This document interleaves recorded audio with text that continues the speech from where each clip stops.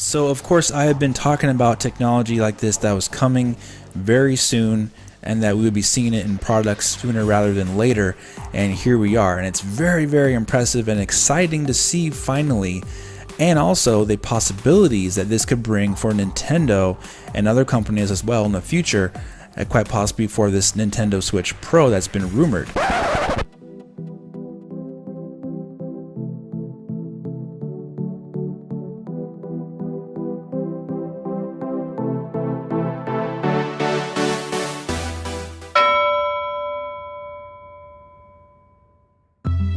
Who done stepped in the game at point blank range? Who done stepped in the game at point blank range? Who done stepped in the game? Stepped in the game. Stepped in the game.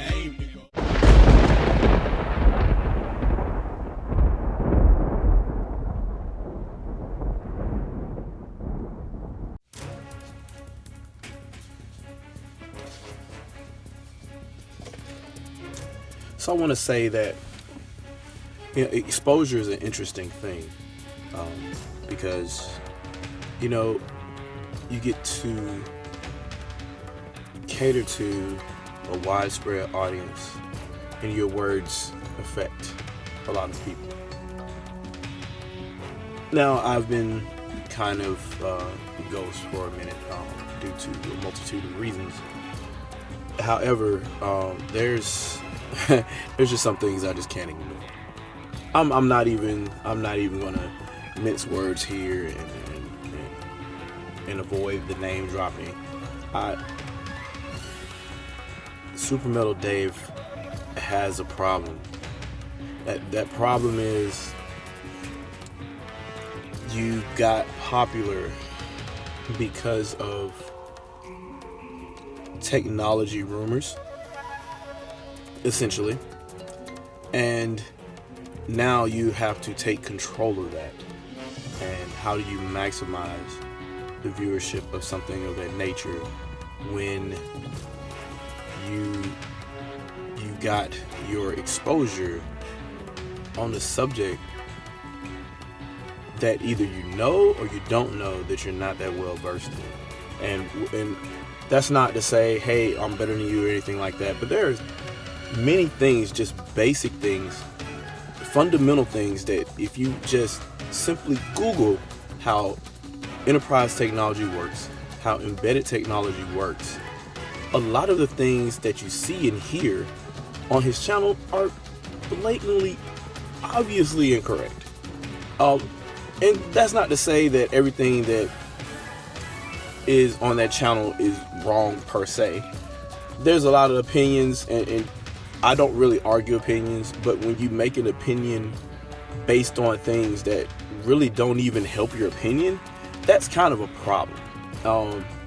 And I've been quiet for a while about it. You may have heard me on a couple of podcasts here and there kind of slightly mention it, but I never directly talked about it unless it was something that I noted that was specifically wrong, and I would say, hey, this person posted this is what happened, I'm done, and then I don't talk about it anymore. But this is oh man, I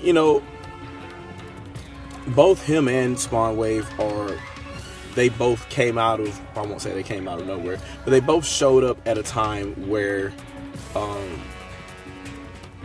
talking about technology was not, especially with regards to if you're talking about Nintendo hardware at all, was not anything that was remotely popular on YouTube. And it didn't become popular until it got YouTubeified, if you will. I mean, having the right type of thumbnail, sitting 2/3 away from the camera, that type of deal, having your green screen effects and whatnot, and talking in that monotone, hey, I'm acceptable type YouTube style, which has made a lot of people from every type of genre on YouTube successful.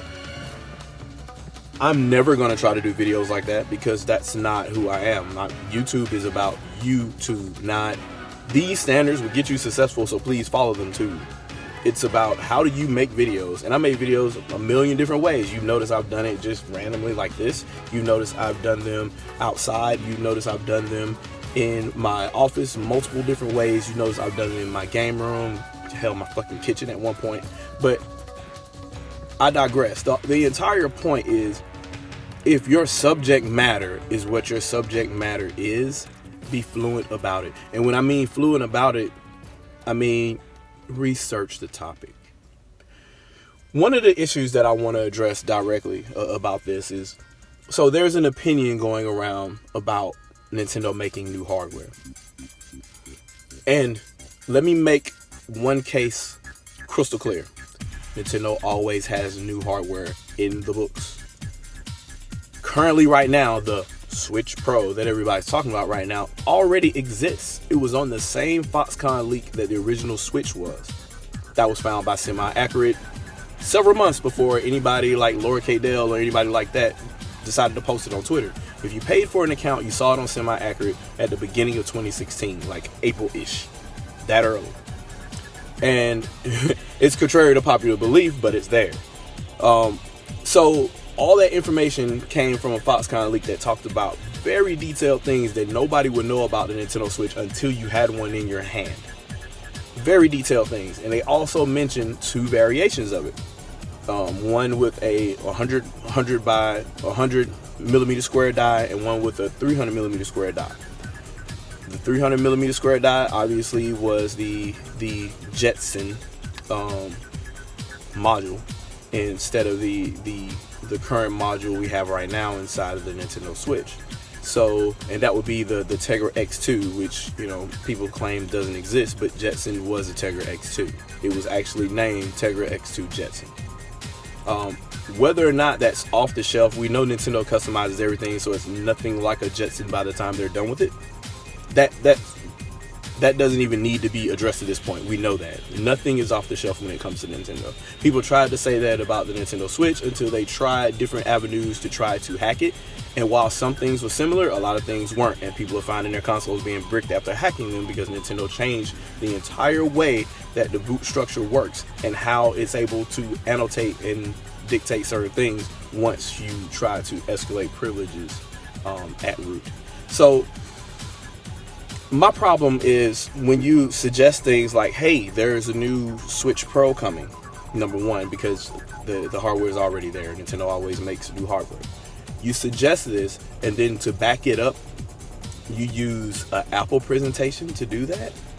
And I get what you're trying to say. You're just trying to say for the longest time that greater technology will come in smaller packages. We knew that because the Wii U existed.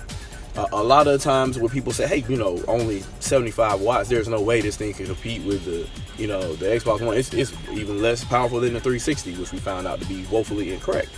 So Nintendo likes working in smaller packages and lower wattages. That's the thing they've been doing since Wii. Really kind of GameCube if you think about it. But that is what they do. So for you to say that Apple is pioneering a way for Nintendo to kind of make technology available, or say that, hey, we can get Xbox One S performance in a small form factor because of this fucking iPad, which is way wider, a larger space as far as motherboard is concerned for the entire device versus a Nintendo Switch, even if it's a Switch Pro or what have you. That's reaching to monumental amounts, because you have to take into the fact that at some point you have to go and sell this thing at a profit. And how do you do that when you suggest Apple as a direct comparison? You mentioned that, well, since Apple does it, it's possible. It is possible. Also, Apple doesn't make the exact same hardware that Nintendo does. Nintendo is partnering with NVIDIA to make this Tegra chipset, and if they make an advanced version of it, it's going to be a customized advanced version of what already exists. Number one, because Nintendo is not going to alienate 20 plus million people out there that already have a Nintendo Switch. They're not going to do that. They never did it with any of their other platforms, and they're not going to do it. And you can come up with edge cases and talk about, you know, the new Nintendo 3DS and whatnot with maybe three whopping games that are only exclusive to that one system. That's not a go, because that system was designed from scratch to still play 3DS games. So that's not even a thing to discuss. And the same thing was true of the DSi as well. There was a very small library with the exception of maybe downloadable titles that were exclusive to that platform. The DSi was designed to play DS games. Let's not get it twisted. So to leap in that logic from those two small edge cases of portables, i.e. they were never designed to be home consoles, and then say you have a home console which can also be portable because it's a hybrid, and then say Nintendo's going to tell 20 million people, fuck you, go buy the new one. That's not happening. That's not happening. And they're not going to do that to quote unquote sell more third-party games because that's what you want. No.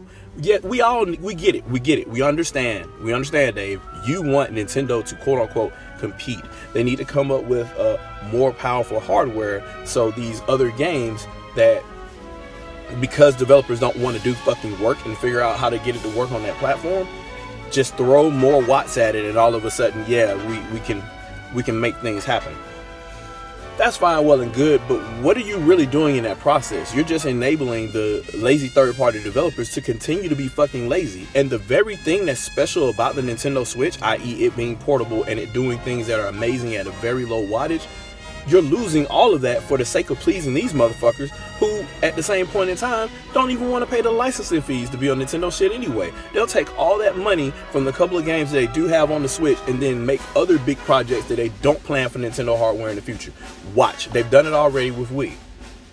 So, with regards to the comparison itself, you're talking about the iPad specifically because Apple, released this new they launched this new iPad and it should be available now. It was available for pre-order that Friday after the announcement.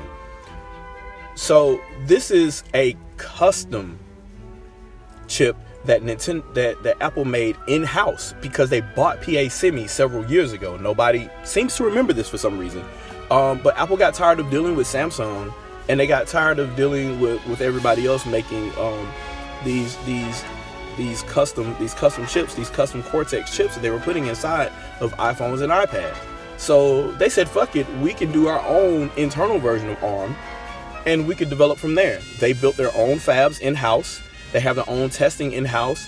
They have a several billion-dollar facility that is just built in Cupertino. And several floors of it are underground.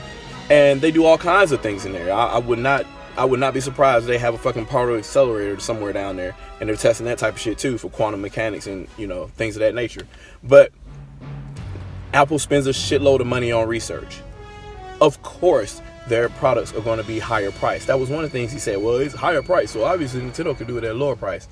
Apple shit costs money because they buy entire companies. They buy the entire stock of all types of metals and all types of processors and RAMs that are associated with the product they're about to launch. Because they cannot afford another situation where the iPad originally launched and the shit was back ordered forever. Because everybody wanted one. They can't ever be in a situation where they can't ship enough if the demand is that high. So they literally buy out as much memory from manufacturers as possible, as much glass from manufacturers as possible, to where nobody else can get a case in edgewise. Literally, the Nintendo Switch was held back by NAND memory that Apple was buying for their phones, and that limited their stock for the first couple of months because of that. Apple is a uniquely different company. They have the same philosophy as Nintendo, make custom hardware and then make our software tailored to that to make a great ecosystem. That they do share that same philosophy, but Apple is on 10 and Nintendo's on 3. Like, they're $1 trillion company. The comparison's in there. Like, all the way there. They end all the way there. So, comparing this custom CPU and GPU that Apple built in-house, it doesn't matter how much it costs on insert website here that may or may not have the correct logistic numbers and prices for individual parts that come inside of these devices. Even if it says it only costs $162 to build an iPad and they sell it for $1,000, they're right to charge that if they spent $10 billion in revenue, $10 billion just on R&D over the last year. For 2017, they spent $10 billion in R&D. And you expect them to not get that back from their product? Get the fuck out of here. But I mean, these edge cases, and these are the type of arguments where I just say, look, you take a piece of an announcement and then use that to shoehorn into your already burned in opinion that Nintendo is going to make an advanced Nintendo Switch. Ignore everything but the announcement that the hardware is there to use your case, and ignore all the other shit that I just mentioned. Hey, you know, Apple spends a shitload of money to make this R&D for this stuff, therefore they can charge what they charge. Also, it's custom and it's never happening anywhere else. So the type of performance that you're talking about in the Xbox One, there is nothing out there that comes close to that right now, because Apple made it themselves. Nvidia isn't over there like, yeah, I have those same specifications, let's run it. No. They're probably trying to figure out, hey, what the fuck did they just do? Let's go try to figure out how they overclock the hell out these Cortexes so we can do the same thing. It's just really frustrating to me, because you have people that in no way, shape, or form have any background in this industry, and they're just talking in front of YouTube, and people are just like, yeah, I'm sure. And the people that ask them questions, of course, the questions that they ask and the questions that they answer are always, and not to offend anybody, the dumbest ones. Do you think that the Switch will have 8 gigs of RAM in it? Of course he can answer that question. Of course he can give what his opinion is on that question. But if you ask him, hey, so your evidence of this happening, where are you getting that from? And what makes you think that everything that you're talking about can happen within that wattage and that TDP? And if that's the case, how long can you do it? How would it affect battery life? What's the battery life size going to be? What is the die size going to be for this platform? Will it be able to do SMP? Would it be able to do different things, dock versus being in battery mode? Those type of questions get ignored every time I even go into one of his streams and chat. And I know he sees my name on there. It's not blocked. Everybody sees me in the chat asking that question, and he doesn't want to fucking answer it. We know. I know you know who I am. I know you see my channel. I know you see my tweets as well. I know you see me quoting you, and you intentionally fucking ghost me. That's fine. That's perfectly fine. But I'm not gonna let my subscribers be poisoned by the bullshit that darkens my doorstep. Fuck that. Fake tech heads, if y'all want to listen to them, it's a free country. Do what you do. But I know when it comes to me talking about the technology, I'm gonna question fuckers like him 24/7.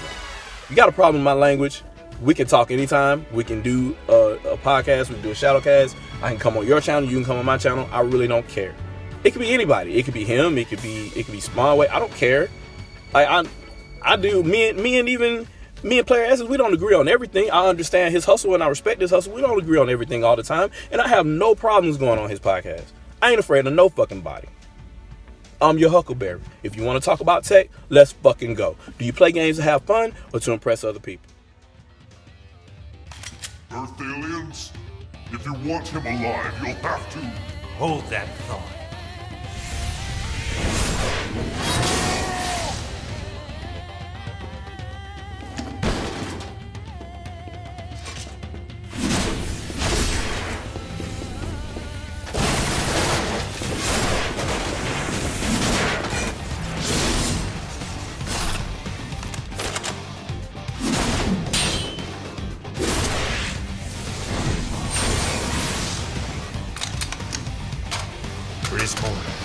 Campbell, you and Marlon can rest in peace.